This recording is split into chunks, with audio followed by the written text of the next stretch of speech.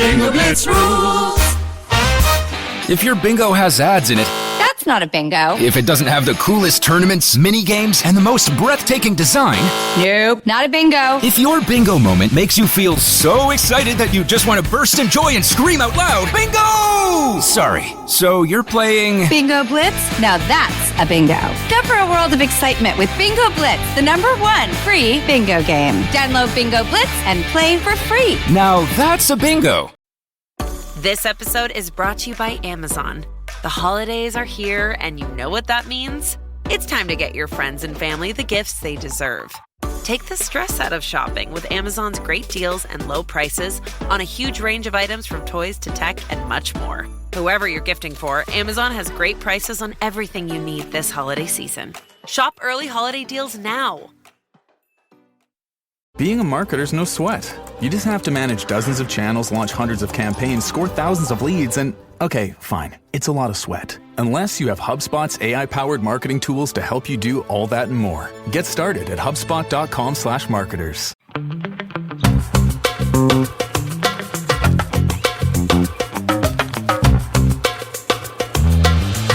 Hello, everybody, and welcome back to another episode of Don't Blame Me. Don't blame me. Not the pod. I'm just adjusting. She's just adjusting. Guys, it's me and Melissa today. Hello. It's a Melissa and Megan, Melissa and I. It is just no, that's the King and I. I was going to say it's just, when you have to like figure out if it's I or me. Oh, yeah. Melissa and Me. let's just keep it as me because we got to go with the M's. Yeah. Oh, yeah. We're all about branding here. M-M-M-M-M-M-M-M-M-M. Tasty. I actually just listened to, I think it was our last one or the one before that, of You and Me. We're so funny. I mean, I don't know which one you listened to, so I can't either. answer your question. I couldn't even tell you what we talked about, but like it was just like, God, we're funny. Okay. Maybe I listened to 2 of them. Yeah, of I us. mean, there was 2 last month, so. And we didn't get any, not that we would get complaints, but like you guys all, I love that every time it's you and I, everyone's like, I love when it's just them. Yeah. It's just fuck all the rest of our guests. we love the rest of our guests, we do. but we know, but hey, it's a good time when it's just us. It's such a good time. So if you guys are new here, this is an advice podcast. You guys call in and leave voicemails for us, and then we give you advice. And if your life is going to shit and you need some advice, you can give us a call at 310-694-0976. And international listeners, you can send us an audio file at meghanpodcast@gmail.com. Yeah. I had a brand message me on my main Instagram saying that they liked my podcast. Oh, cool. Yeah. That's awesome. Yeah. They make weed products. And I was like, can I have some? Can we send them over? I think if they listen, so. Yeah, they listen. So guys, can't wait to get some of that. Yeah. Hell it down. Mm-hmm. Well, do we have anything to say before we start? We've got our Patreon, Yes, guys. Oh my God. Motorcycle. I know. And those you energy. can actually hear on the podcast. The audio doesn't cut it. I mean, the mics don't cut it out. Because small dick energy prevails. Yeah. Small dick energy. Yeah, guys, we launched our Patreon. I'm pretty stoked about it. We've been talking about wanting to do this for a really long time. And now it's here. And we said for our opinionated Olivias, if you joined before August, then you'd get a shout out. Oh my God, yeah. So we've got a shout out to Emily Donahue. Emily Donahue, Dawn of the Hughes. Woohoo. Thank you so much. Thanks, Emily. You're #1 homie. Sorry, guys. What? I mean, she's our #1. She is. She's our #1. Yeah. So, you can be #2. Yeah. So whoever the next people are, if you sign up before the end of August, then you'll get a shout out too. Oh my God, my birthday month. Fuck, I'm going to be 26. Oh my gosh, I'm 33. I know, but what age do you feel on the inside? Oh, I forget my age all the time. I think I'm 30. Okay. Because I don't feel that I just feel like I've stopped aging at 22, but I don't feel 22. But every time anyone asks me my age, I'm like, I think I'm 22 and I'm not. And so the farther I get away from 22, the more ridiculous it is. Cause deep down, I feel like I'm 37, but like, I don't know why I think I'm 22. Yeah. Also, you don't have a 22-year-old energy. No, not at all. Also, 22 was a terrible year of my life. Like, I don't want to maybe that's why I'm like stunted there. Maybe. More therapy. Talk about that in therapy next time. Oh my God. That's true. Okay. Should we hop into it? Let's do it. Hi, Megan. Hi, Melissa. So I called in a couple weeks ago with a completely different issue. but I have a new one, or a new blossoming one, if you will. So I've been dating my present boyfriend for a year and a half, and I'm 23. He is 22. So lately, my family has been doing a lot of family events, family outings. I'm very close to my family. I'm very involved with my family. And I love my family. They are the most important thing in my life. And so being around my family is probably one of my favorite things.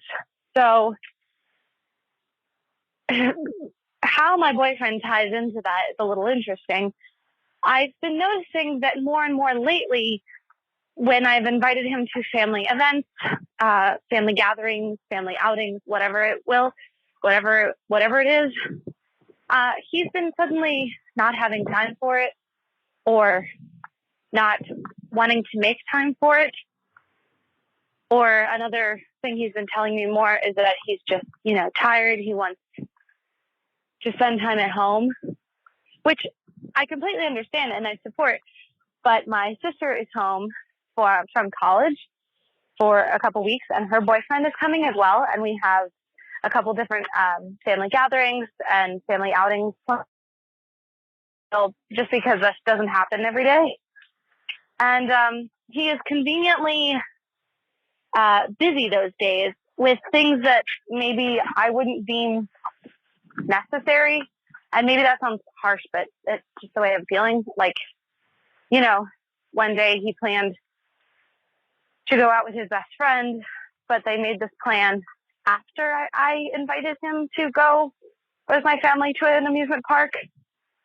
And I understand family things are not that big of a deal to him, but they are to me.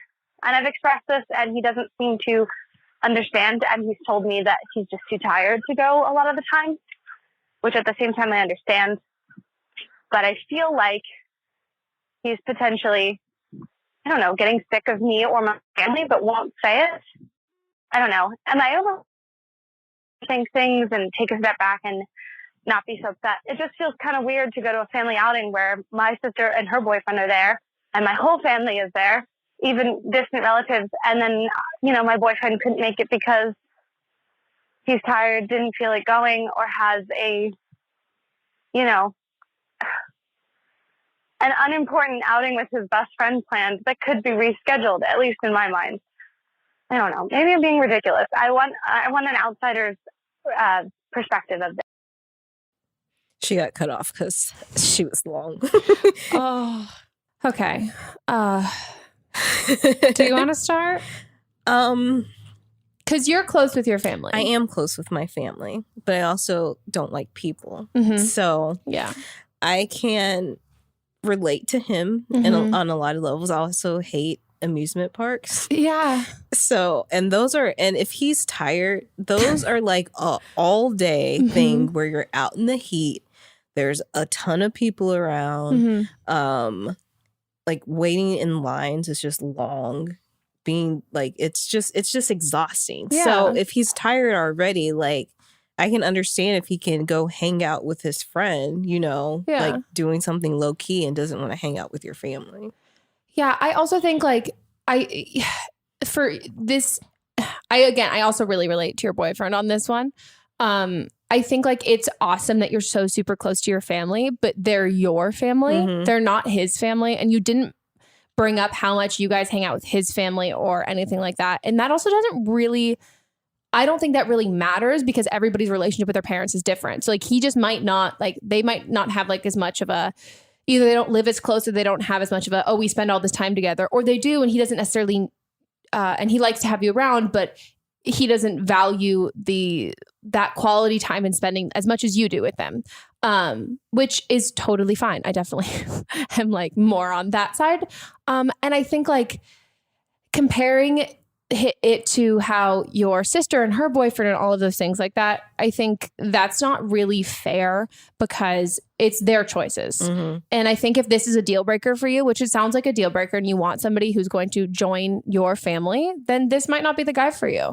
And I don't think there's anything wrong with either side of it, but also that whole thing of when you date someone, you date their family. To be perfectly honest, I'm not I get massive social anxiety usually when it comes to like having to be on about like all the time. Yeah. And that's what happens when you're in that situation. And for you, it's easy because it's your parents, it's your siblings. And you can tell you can tell him that all the time, like, oh, you don't have to put, like, you're totally fine. Like, you don't have to stress about it. But no matter what, like, it's not his family. Like, and no matter how close he feels to them, he's still having to be that boyfriend and really just like put it on.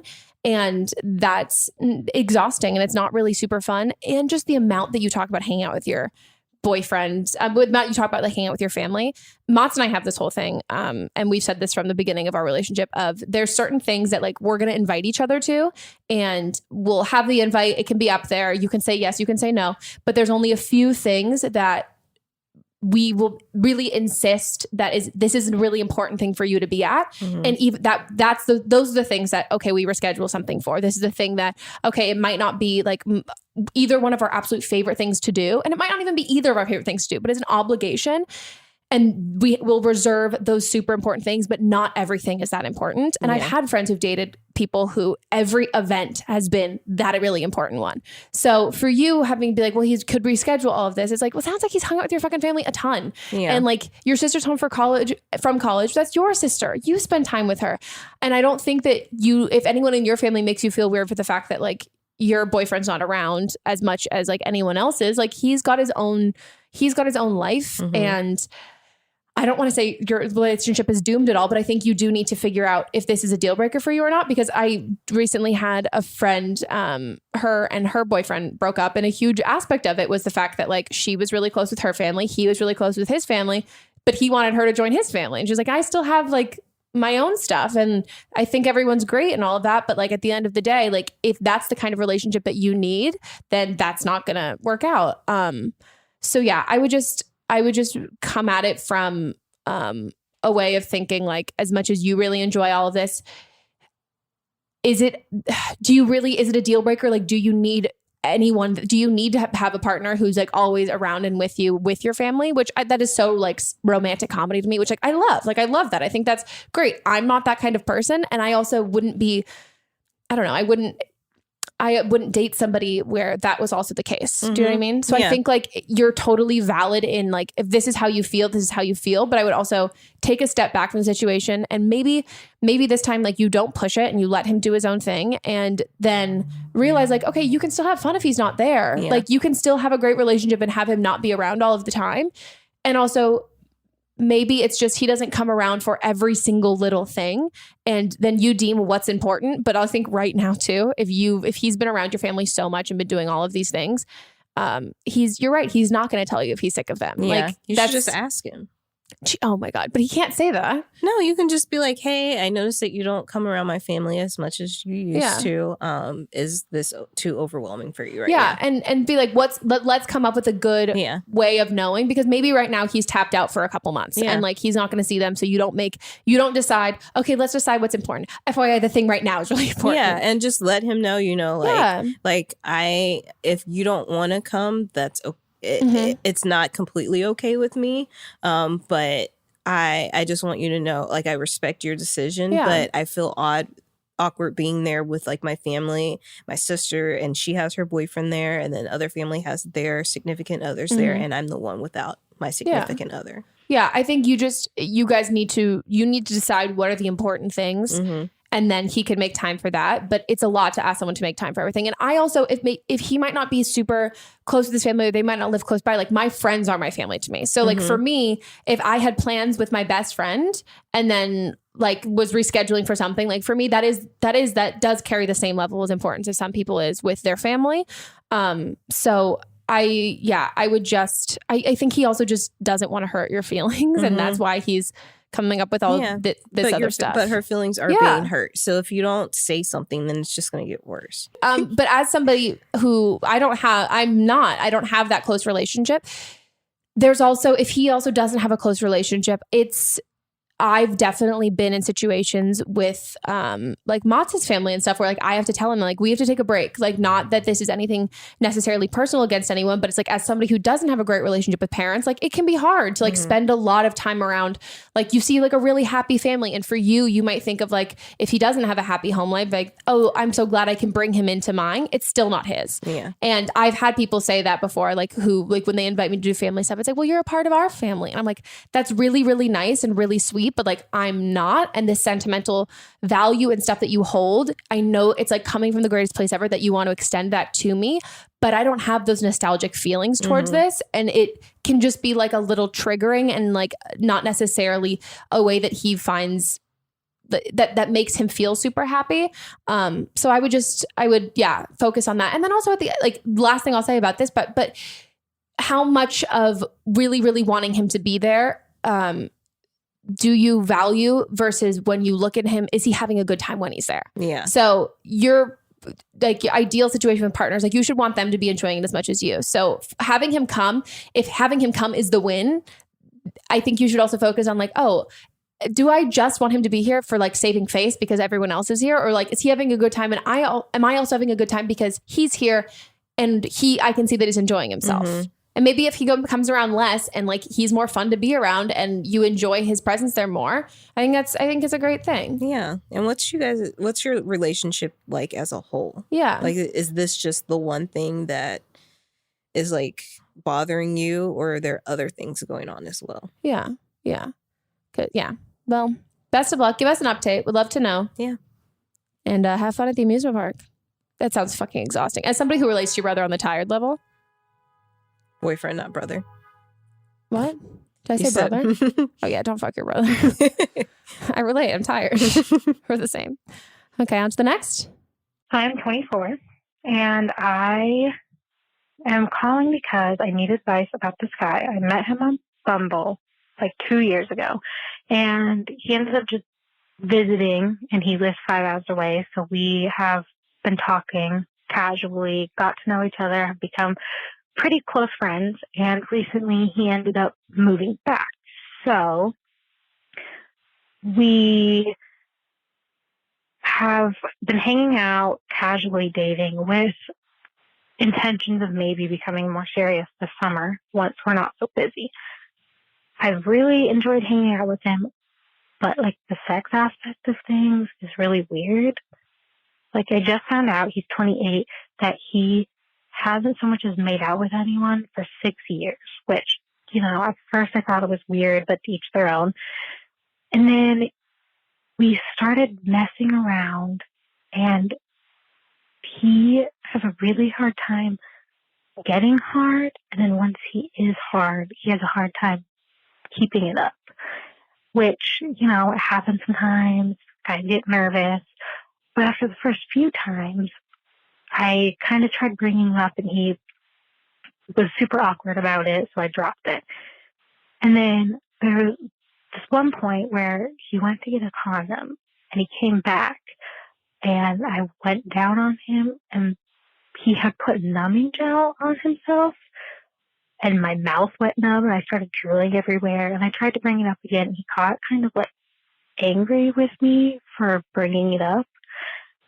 And it wouldn't be that big of a deal, but when he goes down on me, he's perpetually like a half of an inch to the right. And I've tried being sexy about it and saying, oh no, like move your head just right here. And to the point where I was like, right here, this is the spot. And he still can't get it right.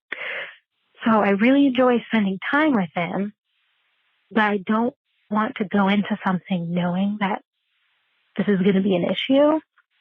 So I guess just wondering what your advice on this would be. Should I talk to him about it, even though he's like been upset about it every time we brought it up? Or would this be a good enough reason to not try getting more serious? I don't know. Thanks. I need us all to visualize. I'm so sorry this is happening too, but I just really need us all to visualize a moment that she went down on him. She comes back up. She's drooling everywhere because her mouth is numb. That is like, this is a comedy. We have to save this for in a comedy. Have you ever made out with someone who's just done coke and not knowing? No. Is it Coke that does it or one of them? But it makes your mouth go numb and all fuzzy and numb. And like the idea that like I can only imagine that would be so much worse. Also, like, did it taste funny? Like, did it taste like icy hot? Like, what's the numbing? Or is that a thing? No, there's like numbing gel for your penis. But is it numbing or is it like icy hot? Because like numbing seems like like if you get the ones that are like extends condoms that are for guys. Yeah, that stuff that's on that coats that. But isn't that so you don't come too fast? That's what he's trying to do. Wait, is he coming too fast or is he not coming at all? He's not staying hard, so he's trying to so the sensation. Oh, okay. In my mind, I was like, well, I feel like you're not going to stay hard if you can't feel your dick. No, but that's what he's trying to not feel, so he can stay harder. Oh, hard longer. Wow. Okay, you need to be done with him. Maybe he's like. I guess he's trying, but maybe there's other things, like an underlying thing that he needs to get checked out. If he hadn't made out for anybody in 6 years, it wasn't because he was nervous because he can't stay hard and he has this issue, this ED issue, where he been checked out to see what's wrong with him. Okay, but my mind's not even at the penis stuff. It's at the fact that he cannot eat her out. And she's giving him explicit advice. In the words of a former caller... You just got to grab him by the head. But she did. He's down there. She told him. She should physically move him. She said she showed him right there and he still can't do it. I just think, here's the thing. Like, I think like if this was all on paper in the scheme of things, like a guy who struggles to stay hard and the sex isn't all there, but you really like him, I would say like, I don't think that that's like a doomed situation, but I think you saying like, is this enough of a reason to end it? Like even in your voice, I think for you it is. And I think that's fine. Like I will fully admit, like I'm not somebody, and this, whatever, it sounds bitchy or whatever, but like if I hook up with somebody for the first time and like it sucks, I'm not really one of those people who like is gonna work at it. Like I want our sex to be better, but like if it sucks, I have a really hard time unless it's like, okay, think about the difference between being awkward and clunky. Okay, I don't know why I'm fucking looking at you because you've only ever had good sex and great sex. Okay, whatever. So, but anyone in general, like if I've ever had, like if it's bad, I have a hard time staying super attracted to that person unless the reasons why it's bad, it is coming from a place that it's like, oh, this is just like a little clunky and awkward and it's going to get better. But if it feels like not compatible and it's not working, and this is clearly, like you've said, this has been multiple times. And it's been multiple times. Like, again, I'm not even thinking about the erectile dysfunction part. Like, I'm purely thinking about the fact that, like, you've literally told him how to go down on you and, like, he can't. And it also seems like him getting, like, angry and, like, defensive about, like, sex in general, like, doesn't seem like somebody who is also trying to work at it. You know what I mean? Mm-hmm. And also, like, putting that on without even telling you or anything like that. Like, that's just not good communication. Yeah. Like, what if you were really allergic to it? True. You know, like that is true. That's just, and like the fact that like you're cool with like, oh, I'm gonna put this shit on my dick. Like he didn't know that it would make your mouth numb. Yeah. Too. Like that's just a little like it's just a little odd. And like the not having made out with anyone in like a bunch of years, like I don't think it's necessarily like says anything other than like, yeah, it's a little odd. And the oddness of that is kind of checking out in the rest of things that are happening now. You know what I mean? Like, it's like, oh, that was weird. Like, that's weird. But maybe there's I don't know. Like, I didn't hook up with someone for like almost a year because I wanted to take a break. But like once, you know what I mean? Like, it's just kind of like, it's a weird thing. And then everything else is falling through. You're like, yeah, that kind of matches that fucking weird thing. But I think you can like really get along with him and think he's great. But you're even saying like, you're not sure if you should get into something with someone with this right off the bat that's not super sexually compatible. And if you feel like you've given it, you guys have both kind of really tried and given it that effort, then yeah, I think you're right in the sense that like, I think you're actually also in a good position that like it is pretty casual now. She's not in a good position. No, she's not. He can't eat her properly. Yeah. Like I also want to know how many times, because I don't know. I genuinely do not know how many times I could do like, just be like without it like I would get, oh, wow. Yeah, I would say if you really like him and you think that you want to be with him, then you should encourage him to see his doctor. But and draw him a diagram. Yeah.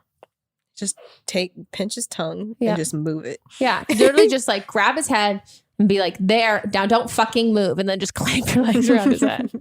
But also, but if you don't like him, then move on. Yeah, and I'm curious, what you're like. Are you super turned on by him? Like, are you super sexually attracted to him? Like, is it the fact that like it's all this build up and then the follow through is kind of like sucky, or is it like is none of that really meshing? Like, you know what I mean?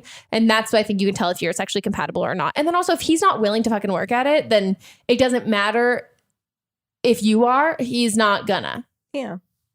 Oh my God, I just can't even imagine. Also, I'm so fucking curious about this icy, like I keep calling it icy hot. Icy hot. But isn't that what it's going to feel like? Tingly? That's what icy hot feels like. No, that's not what icy. It's like Vicks vapor rubby. It won't. It's not tingly. It just numbs you. Yeah, but I want to know what it feels like to my mouth. Oh, I'm gonna buy it. It probably would be tingly, and I think it would smell like something like chemical. Yeah, but it has to be. Like what does that feel like on your vagina? Or is it inside the condom? It would be inside the condom because he went to go get the condom on. Okay. So, but he went to get a condom. So he came back. She went down on him.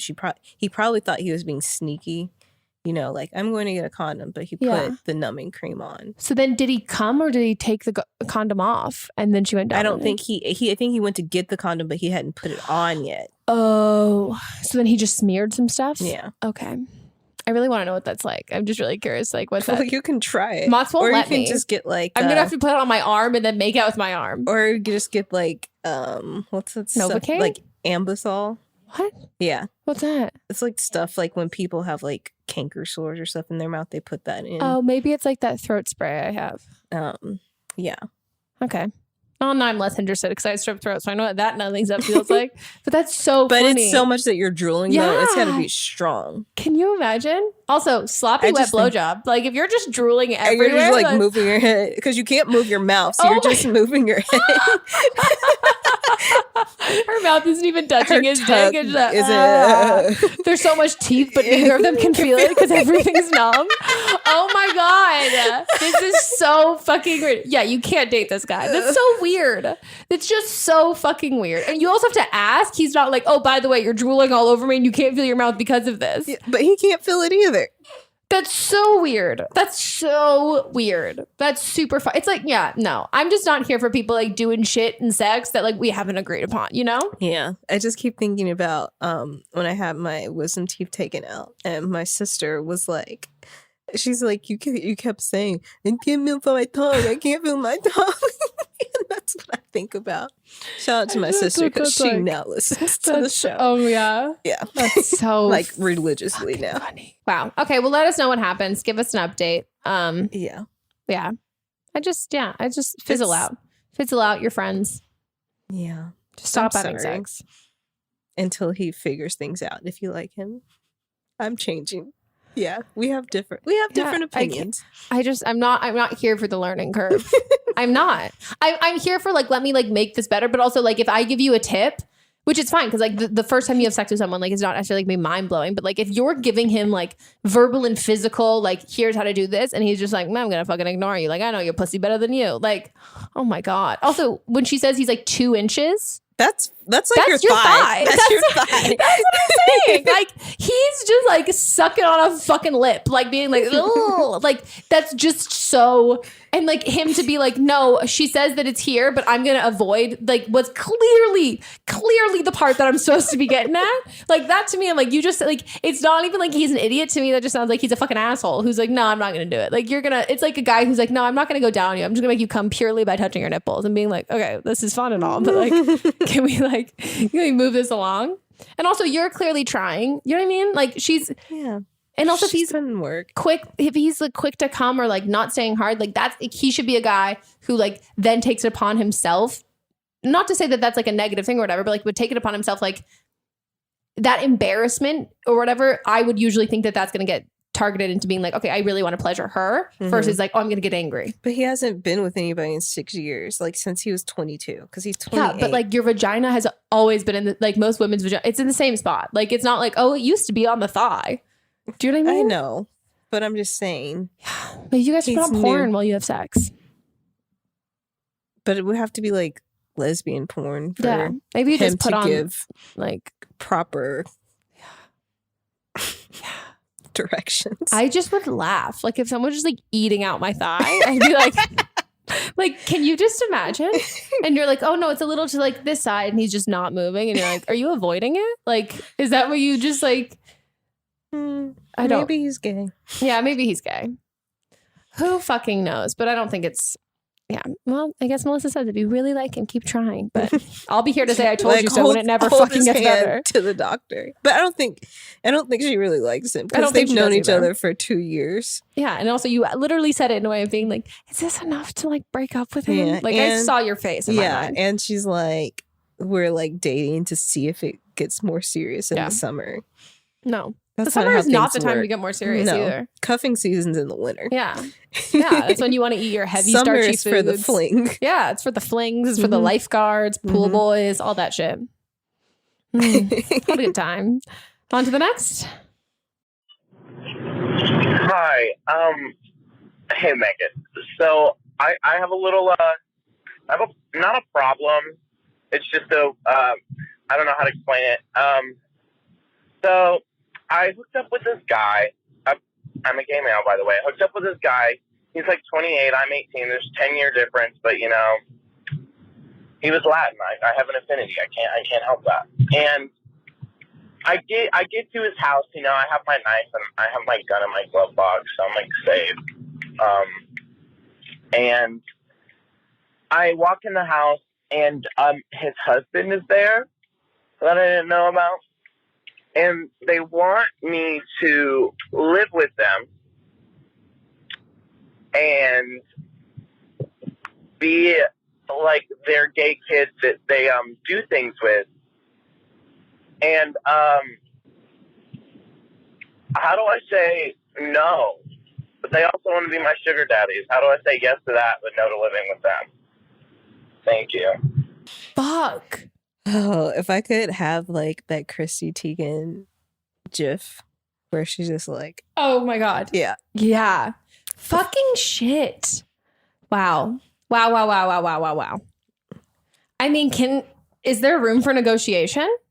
That's if, yeah. Do you know what I mean? I would think if you brought everything to the table, like, hey, I'm willing to be pampered too, but I don't want to live here. Yeah. Like, do you want to hook up with both? Like, are you into that? Like, or also maybe the one that you want to hook up with is he like, does he have enough like say in the relationship that it's like, this is my sugar baby? Like, can you be a solo sugar baby to one of them? I don't think so. No, it needs to be like a twofer. I think it's a twofer. Well, I mean, I think if you're open to negotiations, they're like, you're like literally their sugar child. It's like a couple. Well, I also can't with the fact that they refer to the term kid because I'm like, no, but there's sex stuff happening here. Like you can be like their like sugar. I guess baby is always a weird. That's the term. Familial term anyway. Yeah, but it's just different now because there's two of them, so it sounds like their own child. Daddies. Yeah. Hey, more is more.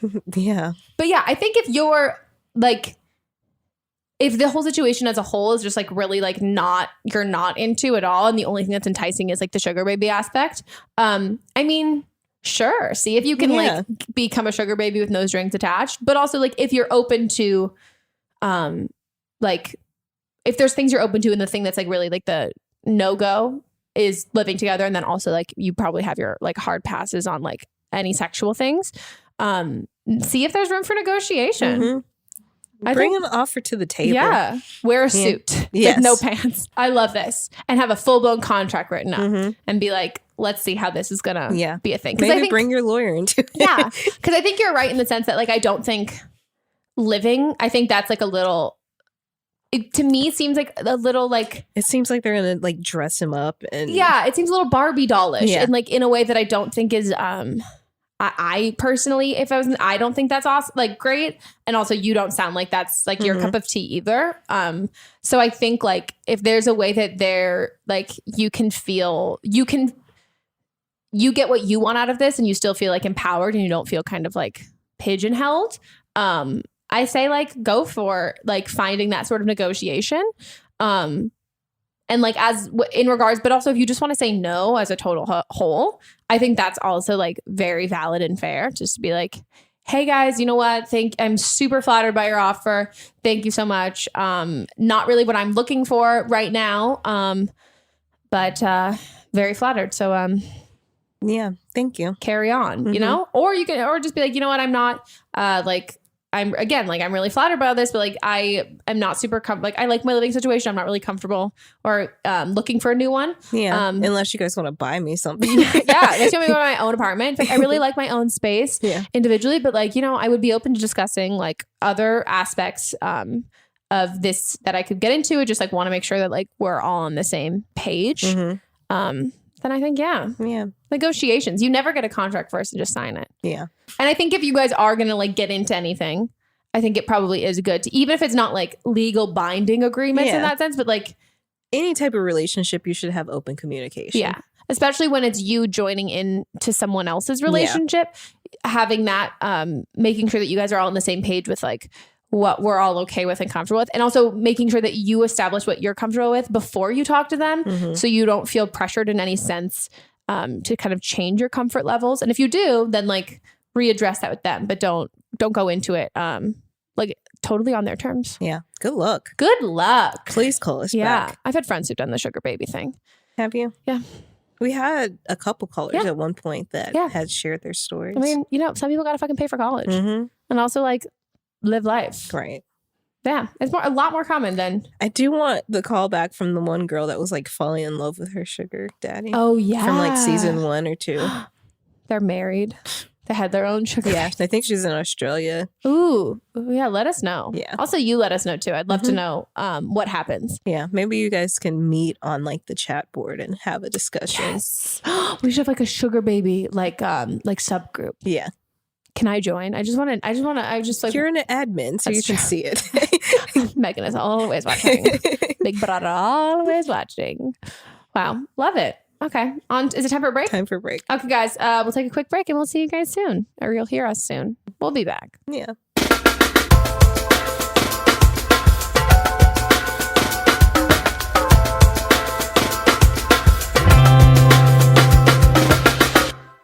We are back from our break and let's hop into the rest of the calls. Hi, I'm 22. It doesn't matter where I live. So I just broke up with my boyfriend of 2 years because of a plethora of things. But I kind of had a straw break, I guess. When he showed up to my brother's 5th birthday on muscle relaxers. Now, granted, it was an accident. He didn't know how they would affect him. But, whatever, accident, air quote, or not, I'm a protective person, and I don't allow that around my family. I also have been having a lot of issues with my own, self-love and stuff, and we have to live together for at least the next month while I find a place, because I'm moving closer to my family, and to a city that's a little bit more accessible. And I guess I was just looking for tips on boundaries, because he's insisting that we sleep in the same bed and, make the most of the time we have left. And I didn't break up with him because I didn't love him. It was just, what was best for me and what was best for the people who I love outside of him. And he's just insisting we make the most of the time we have left. And I don't know if that's the best way to handle it, I guess. I don't mind it, but it's not like we're cuddling or anything in bed. We're just I'm sitting on the edge of the bed while we're watching shows or some shit. And it's definitely not the same. And I just want to help with setting boundaries, because it's really difficult with addiction. And whenever you still love someone, but you just, you need to leave because it's what's best for you. And also, tips on helping to make my new apartment a sanctuary, because that's all I want it to be. I just want it to be cozy and fluffy and fucking beautiful for me to grow and take time for myself. Okay, that's it. Thank you. Didn't give as much detail as I probably should have. Basically, we just have a long history with addiction, and I have a long history with trauma and other bullshit that he's supported me through with therapy. Oh my God, I'm about to hit the 3, so I'm going to go. Thank you. Have a good day. You guys fucking rock. Bye. I don't know why he's calling the shots. And I get that, like, you really care about him and you love him. And, like, I've definitely been in a relationship. Actually, it's a lie. I get why he's calling the shots because you also don't disagree with him. You know what I mean? Like, she hasn't put the boundaries up. Yeah, because you don't necessarily want to, because you're right. You do still love him. It is, like, this is what's best for you and your mental health. I think the most important thing when you are... I don't want to say that you can't trust yourself, because, like, deep down you can, but, like, the minute to minute, day by day, you're having to deal with, like, okay, I know what's right for me versus, like, this also feels really good. So it's really fucking confusing because, like, you're also even saying, like, he supported you through all of this stuff. And, like, it is the addiction that is the issue. And, like, it is a very valid and fair and, like, empowering self-love reason to be out of the relationship. But I think now you need to involve somebody else to hold you accountable for that, like, very clear, correct thought process that you've had. But it's hard to maintain that, especially when you see him all the time. So I think it, like, as much as, like, I don't want to, as much as it's like, oh, like, winning the relation, like, winning the breakup or whatever, like, staying your ground and all of that stuff, I don't think comes in the form of being like, if you, like, talk to your friends about it and they're like, well, no, like, he should be the one sleeping on the couch. Well, if he's not, then you should sleep on the couch. If he's not going to do that and he's going to insist that, like, no, I really want to sleep in the bed with you. If he's not going to respect your boundaries, should he be the one sleeping on the couch? Yeah. But, like, it might have to be you, or even more than that. You're spending you have a month left. Stay with a friend. Like, have a friend come crash at your place too. Like, make it so, like, you are not alone together, because, like, you shouldn't be watching TV together. Like, this isn't how a normal breakup would go. And it's also going to make it really hard and confusing, and also an even harder transition for you, I think, to then go to being completely by yourself in your new apartment. I think, even like you said, like, how can I make my apartment feel like a sanctuary? I think, like, you need to start that process now, because it's like you guys haven't broken up yet. Like, you've taken away, like, I'm sure the intimate aspects, and, like, you've dialed it back, but, like, it's still even being roommates is still, like, a really, like, heavily intertwined relationship, and so you guys are still there. So I think even if it inconveniences you for a month, staying with a friend, or staying with, like, a family member or anything like that, or anything to get you in a place where, like, you aren't spending any alone time with him. And I also think it'd be really good for you to spend some time away from that apartment too. Yeah. Because you're going to be in a totally new space. And I think that's going to be a great thing for you, because it's not going to be, like, the memories of this place that you guys had together. But I think that the more you're in a place now where you can gradually pull back from all of that, and it's not going to be so much cold turkey. So I think, like, really trying and making an effort to do that, and even just not hanging out at the house, like, having it be like, if you have to sleep there and you can't stay at a friend's place one night, or you can't stay at, like, a family member's place one night, or a friend can't stay with you that one night, then come home just to sleep, and you sleep on the couch. You don't hang out there, and you don't watch movies there. You don't watch TV there. Like, you don't do that there. You really use it as, like, this is my crash pad. And he's your roommate. Yeah. And also and tell him and be like, I really love you and I really care about you. And the reason why I'm doing this is because I care about me too. And I need to value me. And I don't want you to take this in, like, I don't value our relationship and what it's meant to me, but I need to value myself right now. And I'm going to let you know, I'm not going to talk to you. Like, if you talk to me, I'm not going to respond. And I think just telling him that and being, like, able to create that but distance now, I think is going to be a lot. It's going to just benefit you in the long run. And also, as much as you're saying that, like, he's saying this and he's saying this and he's saying this, you just have to create your own boundaries, and it doesn't matter if he agrees to them or not, because you don't need him to agree to them when you've created them. Like, you get to live up to that. Like, if you're like, no, I'm not going to sleep in the same bed as you, he can't. I mean, if he's physically forcing you to, then, like, get out of there. Yeah. But the same thing of, like, you're like, if I'm not going to talk to you, he can't force you to talk to him. And again, if he puts you in a situation where he's, like, physically harming you, then that's a whole other story. But he's not going to necessarily agree with the boundaries that you want to create. But that doesn't mean that you shouldn't still have those. Yeah, they're your boundaries. Yeah. They're not something that you should get okayed by him. Yeah. So just think about what you want. What is it?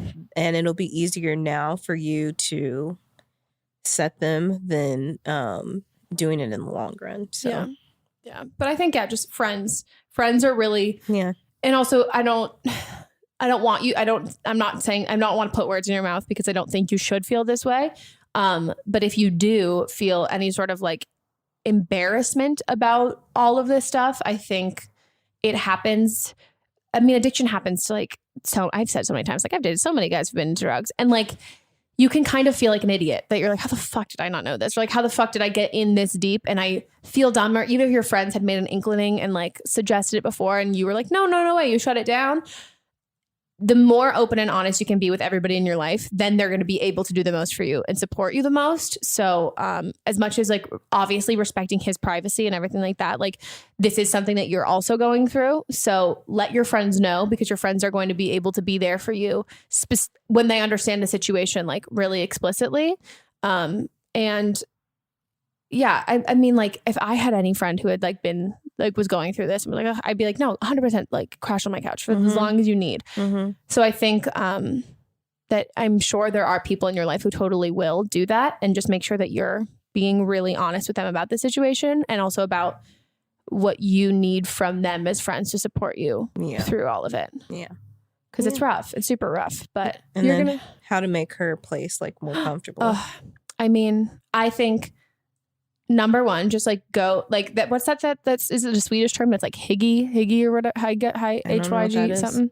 But it's supposed to be like just like cozy sort of things. I think focus. Get a gravity blanket. Yeah, a gravity blanket and Buffy too. Oh my God, yeah. We both have those. They're probably advertising in this episode too, so you can get. Yeah, Melissa told me to get one before they were even sponsoring the show. Yeah. And I was I'm obsessed. And then they sponsored, and then they're the best. So I would focus on things that that kind of comfort level of like stuff that's good for you in that way. Things that smell good also make me, like lavender calms me down, and things that are going to, you walk in and you just see things that make you feel good. Yeah. And I think also pictures of like your friends and your family and stuff that's might not necessarily have like a physical feeling of coziness and warmth, but things so when you look around your room or artwork or paint anything that like when you look around, it makes you happy and it makes you feel like safe and nice and good and secure. I'm like a hyper paranoid person. So for me, like I love being able to have like so many lights in rooms and like have them be able to like really all the way turn on. I had a nightlight for like the longest time. And now one of our lights just like won't turn off in our kitchen. So like that's my nightlight because I can still see it all the way from our fucking bedroom.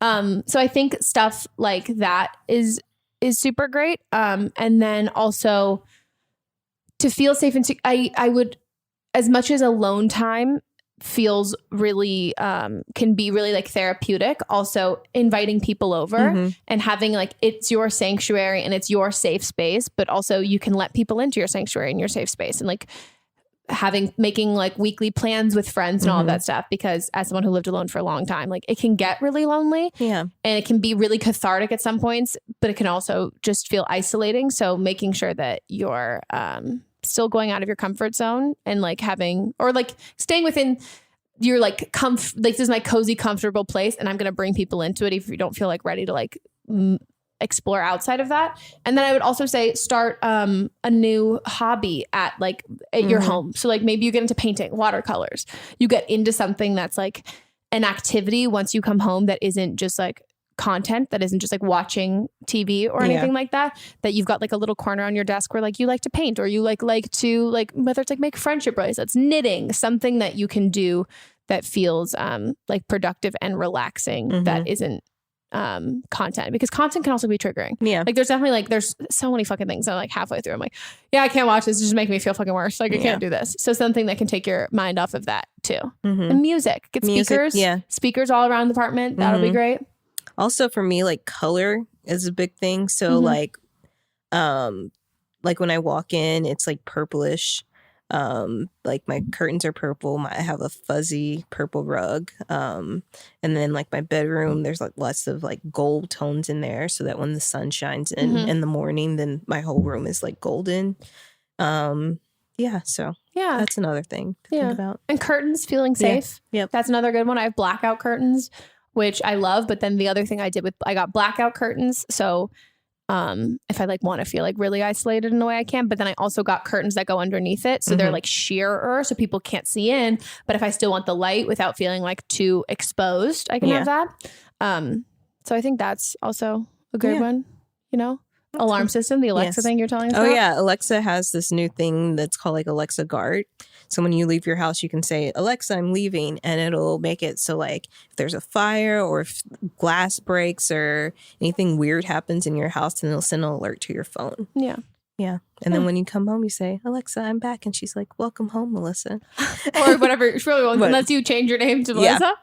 Yeah, whatever your name is. It's always just Melissa, though. Alexa's like, I only do this for Melissas. And I'm like, well, fine, sure. There can be more Melissas. But congrats on your new apartment. Yeah, I think it'll be great. That's a big step. Yeah. Congratulations. Yeah, it'll be good. And also just lots of, last one I'll say, speakers, podcast, music is great, but also podcasts. That for me, when I'm home alone or even when I lived alone, playing, it made it feel like I wasn't so isolated. Like there are people around. Yeah. It's like that meme of everyone being like, haha, me laughing alone in my car to the people who don't know that I'm like, I'm best friends with these people on podcasts. So it feels nice. It includes some, I also do that with like getting like a Postmate. I always have like a podcast playing or something that's not TV. So I'm like, oh, I have all these people and like, don't kidnap me. I mean, I'm paranoid. Okay. You know, that's how I say comfort, like my cozy comfort. I always tell my Postmates just to leave the food at the door. So yeah, I should do that. Yeah. Then I don't have to. I rarely do it though, because usually Aislinn understands my paranoia and she'll do it. And then it's not, it's just, I don't want to talk to people, as I've said before. Yeah. I mean, it's valid. People suck. Yeah. People are the worst. Well, yeah. I'm excited for you and your new adventure. So let us know how it goes. Send us pictures on Instagram of your cute apartment of the inside. We don't need to see the outside. We're good. Hi, Megan. So I just learned about some news with my oldest younger brother. I'm 21 and he's 17, I believe. We found out that he was my dad's kid about 5 or 6 years ago. Sorry, here's some backstory.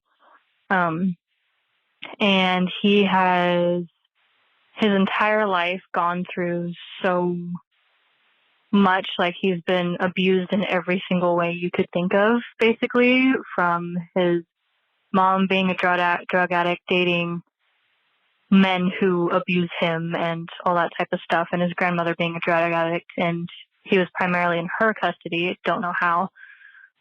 We tried helping him, gave him all the resources we could when he was like a preteen, when he lived with my dad, and it just didn't work. He kept stealing from my parents. He kept threatening all these things. He went to counseling, and he was diagnosed, I would say, as a clinical sociopath. I don't know if that's important or not. But I just learned that after he moved back into his uncle's house and then moved back with his mom, which wasn't the best place for him at all, he had gone to juvie twice and is now being charged as an adult for raping a child. And even though him and I aren't close, I don't know how to feel about it. Obviously, like, it's disgusting and I can't believe that it happened, but at the same time, that's my brother. So I don't really know how to deal with it. If you could obviously give me some advice, that would be great. I don't know how to deal with it, and it's kind of freaking me out. So yeah, thank you. Bye. Oh, fuck. Damn. Well, I think the first thing, it sucks, but I think like it is important that he has been diagnosed as a clinical sociopath. Yeah. And I understand that like familially, blood related, this is your brother.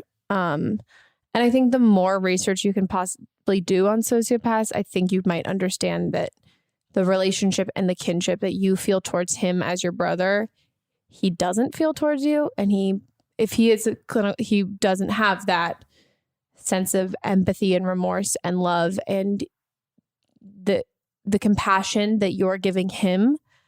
He doesn't have, not only does he not have for you, he doesn't have for anybody. Yeah. And it really sucks when someone in your life that you have those feelings for and you have that like innate human relationship with, when that's not matched, it's really confusing and it's really hard because you can't ever really put yourself in his place because he doesn't have that sense of empathy. And that is what makes humans human. Like that is one of those things. And when he doesn't have that, it's hard to wrap your head around how someone could not have that, because there's also a huge aspect of manipulation when it comes to sociopaths who you can tell I know a lot about them.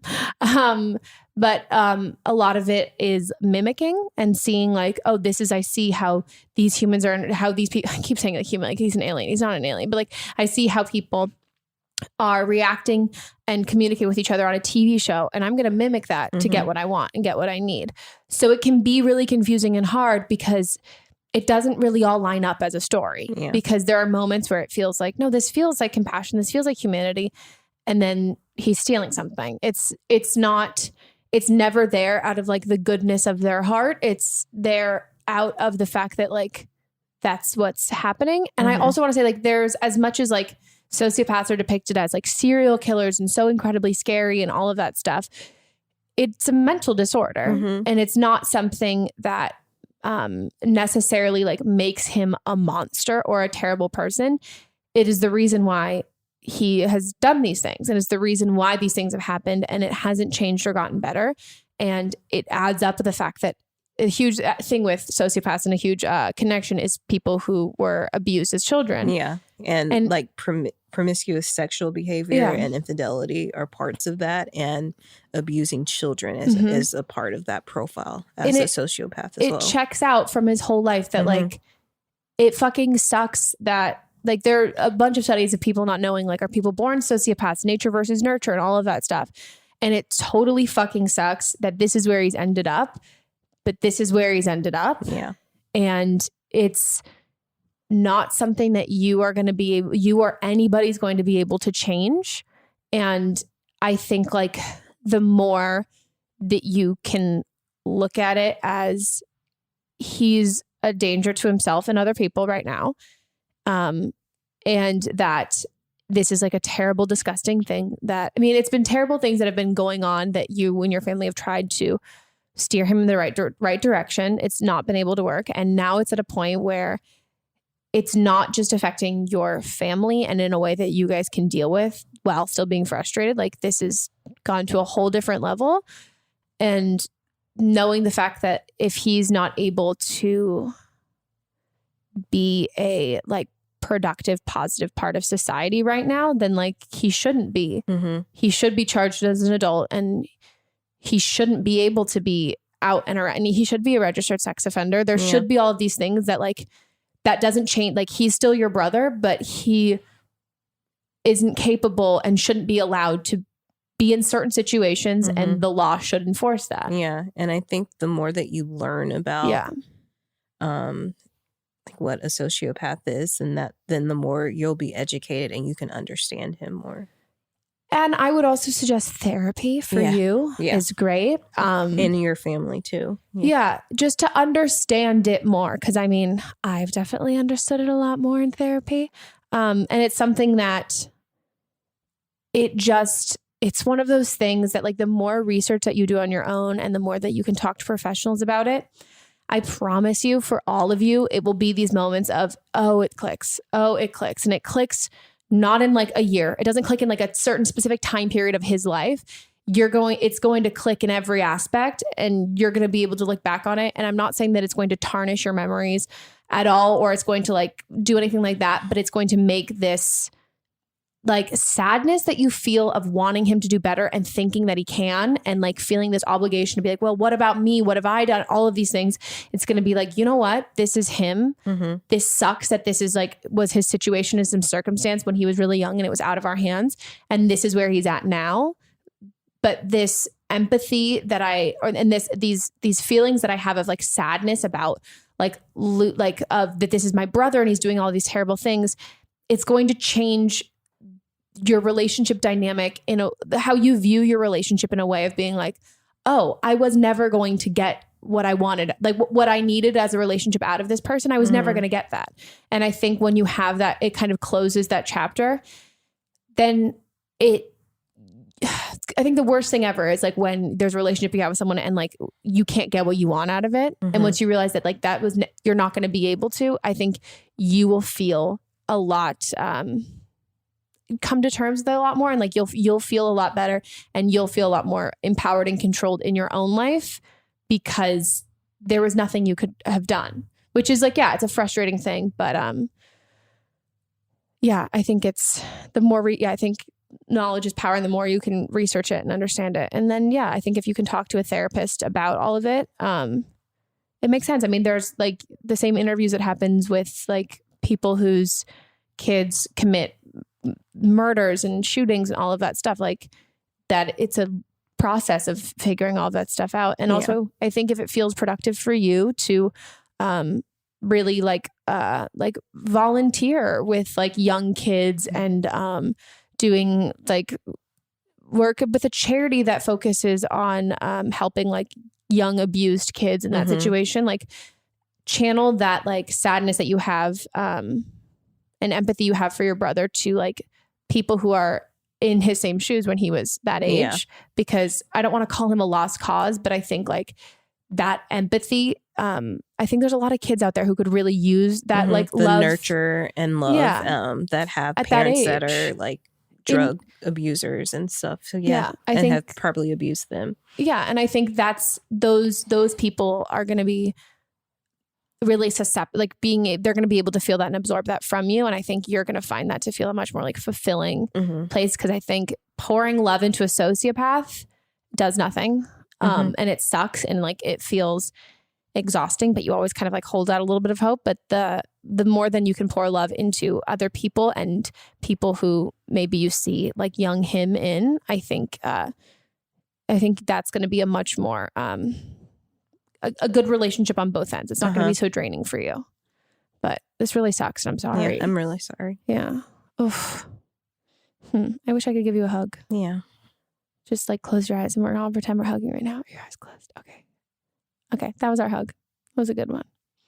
I hope I wasn't the only one closing my eyes. I closed my eyes. Okay. Well, you always close your eyes for no reason, randomly all the time. I think. I'm a deep thinker. Oh, yeah. She's an Aquarius. She's not from this planet. That's why. Okay. We have another one? Or are we on to Don't Blame Them? We are on to Don't Blame Them.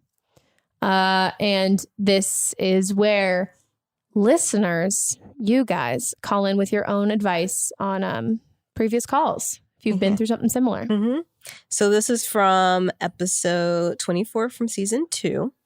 The original caller was very, very, very, very concerned that she would get pregnant. Okay. Yeah. I loved this one. So this is someone calling in to share their advice. If someone got fucking pregnant from dry humping, I'm going to lose it. Did she? No. Oh, thank God. Hey, Megan. I am listening to the last podcast with Melissa, and there was a girl that called because she's super paranoid about getting pregnant, even if she's not having sex. And I cannot even tell you how much that used to be me. I'm 22 and I've been with my boyfriend for almost 5 years now. He's the only guy I've had sex with, but that used to be me to a T. I made him take me to get Plan B one time just because we made out and he came in his pants. So I totally get it. However, it's sort of something I've kind of grown out of. So partially because I have an IUD, and even with an IUD, I did not let him come in me for the first year because I was still terrified. And then my doctor basically told me there's the slimmest chance of getting pregnant with an IUD. Like, there's no point. Like, just let it happen. So I've gotten comfortable with it now after a few major panic attacks. So I totally get it. It's just something that you have to learn to trust your partner, trust yourself, trust your body, and eventually you'll probably just get used to it or kind of grow out of it, I guess. Also, with what Megan said about implantation bleeding, I used to, every time I started my period, I would say, I just have my period, or I'm not spotting. It's implantation bleeding. But I figured out by a lot of research Implantation bleeding is usually a very dark color. It's like brown, usually, which sometimes your spotting can be, but sometimes that's helpful to know that your period is usually going to be a little bit more red than implantation bleeding. It's going to be a very dark brown usually. So that's something that helps me get through that. So good luck, girl. You're probably not going to get pregnant, especially if you're being as cautious as you are. But good luck. Everybody stay safe. And thanks. Love the show, guys. Bye. I just want to applaud. I'm not here to like applaud a fish for swimming, and I'm really not here to applaud usually like straight boys, but like that boyfriend for buying Plan B when he came in his pants and being like, yeah, babe, I'll spend 45 fucking dollars on this for sure. Here you go. I think that's really sweet. That is sweet. They're still together too. Yeah. So 5 years. That's going strong. Yeah. So original caller, you're not alone. You're not. Yeah. I mean, it's just so unlikely, but I do like how casual she made her doctor sound. Like she made her doctor sound like she was peer pressuring her. Just like, fucking let him come inside you. Just let him nut. Just let him fucking nut. Like, you're being stupid. Not that she said that. Not that you're being stupid. But no, it's funny. Knowledge is power. It is. Once you figure this out, you're like, oh, wow, okay. Yeah. And then you can enjoy yourself more. Yeah. Oh, yeah. And also, like, don't take Plan B if you really don't have to, guys. Yeah. Don't do that at all. At all. All right. Well, guys, that's it for our episode. I hope you enjoyed. Me too. If you guys haven't checked out the Patreon, please check it out. Mm-hmm. There's new content from us. Mm-hmm. There's new content Monday, Wednesdays, and Fridays. So much content. For all of you who want more, this is where you go. Mm-hmm. More is more. This is where you belong. Patreon. And check out our Instagram, Don't Blonde Meme Pod. And if you guys want to call in for an upcoming episode, you can give us a call at 310-694-0976. You're going to need to do both hands. Yeah. She was trying to do along with her hands. And international listeners, send us an audio message at meghanpodcast@gmail.com. You only did like 4 letters. I know. I could get them all in, but you were just going too fast. It's true. And what else, guys? Check our Instagrams out. We're always in the show notes. Mm-hmm. And we'll see you guys next time. Goodbye.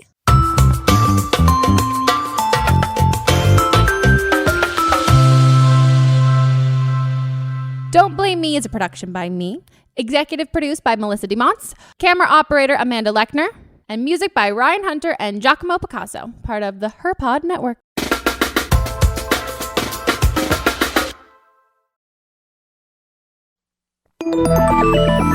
Listening to a podcast should be time well spent, and I promise it will be if you'll give this podcast a try. It's called Something You Should Know. I'm the host, Mike Carruthers, and in every episode, I talk with leading experts on topics I know you will find fascinating. From why people can't keep secrets, what your favorite music says about you, why your pet acts in strange ways, and so much more. Something You Should Know is designed to give you information you can use in your life and give you great intel that you can share with others. I'm told it's a binge-worthy podcast, and with over 1,000 episodes, there's a lot to binge on. Something You Should Know has been ranked in the top of the Apple Podcast charts consistently for a long time. I know you're going to like this. I just need to get you to try it. Something You Should Know. It's available wherever you listen to podcasts. Contained herein are the heresies of Radolf Buntwine, erstwhile monk turned traveling medical investigator. Join me as I study the secrets of the divine plagues and uncover the blasphemous truth that ours is not a loving God, and we are not its favored children. The heresies of Radolf Buntwine, wherever podcasts are available.